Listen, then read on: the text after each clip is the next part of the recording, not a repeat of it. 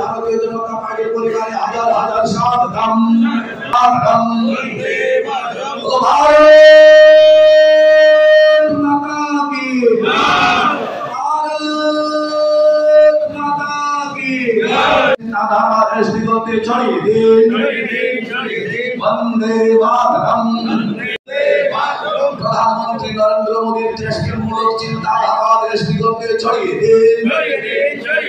মুখ্যমন্ত্রী বন্দে মাতরম বন্দে মাতরম। ভারতদের জানাই ভারতীয় জনতা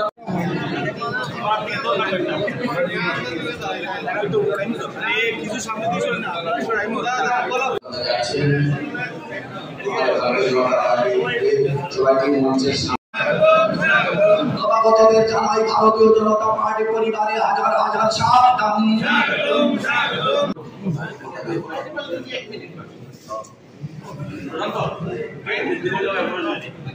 मेरे परिचय तो आपने सुन लिया है अश्विता जी से।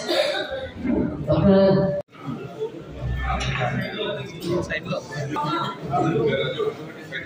I promise you थोड़ा सा ব্যবস্থায় তাকে ভোট দেবে সেটা সবার ব্যক্তিগত অধিকার, কিন্তু ওই ধরনের একটা পরিবারকে, যে পরিবারের এই ধরনের অবদান আমাদের রাজ্যের জন্য, যে রাজ্যের এত সম্মানিত একটা পরিবার, সেই পরিবারকে আজ যেভাবে যে বর্বরভাবে তারা মানে পত্রিকায় সেই আর্টিকেল এসেছে সেটা আমরা মেনে নিতে পারিনি।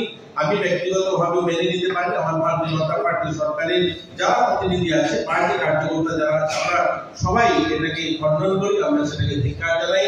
আর সর্বশেষ বলবো, আমরা কৈলাস শহরবাসী যারা আছি, আমরা সাংস্কৃতিক শহর বলি কৈলাস শহরকে। এখানে সাংস্কৃতিক প্রেমী লোকরা, আমরা ছোট শহর হতে পারি কিন্তু আমরা কৈলাস শহরের প্রতিনিয়ত এই গড়টাতে আমরা দেখি এখানে সঙ্গীত চর্চা হয়, এখানে সাহিত্য চর্চা হয়।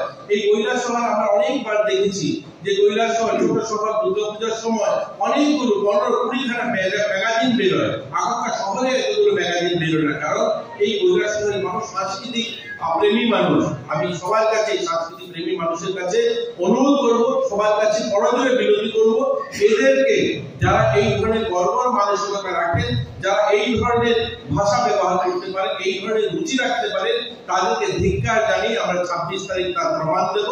26 তারিখ ভোট বাক্সে সেটা তারা প্রমাণ পাবে। এই কথাগুলো বলে সবাইকে শুভেচ্ছা অভিনন্দন জানিয়ে আমি আমার আলোচনা শেষ করলাম। আরো অনেকগুলো প্রোগ্রাম রয়েছে, মাননীয় প্রার্থী আপনাদের সামনে আলোচনা রাখবেন। আমি এই কথা বলে সবাইকে আবারও শুভেচ্ছা অভিনন্দন জানিয়ে শুভ সকাল বলে আমি আমার আলোচনা সমাপ্তি করলাম। সবাইকে নমস্কার।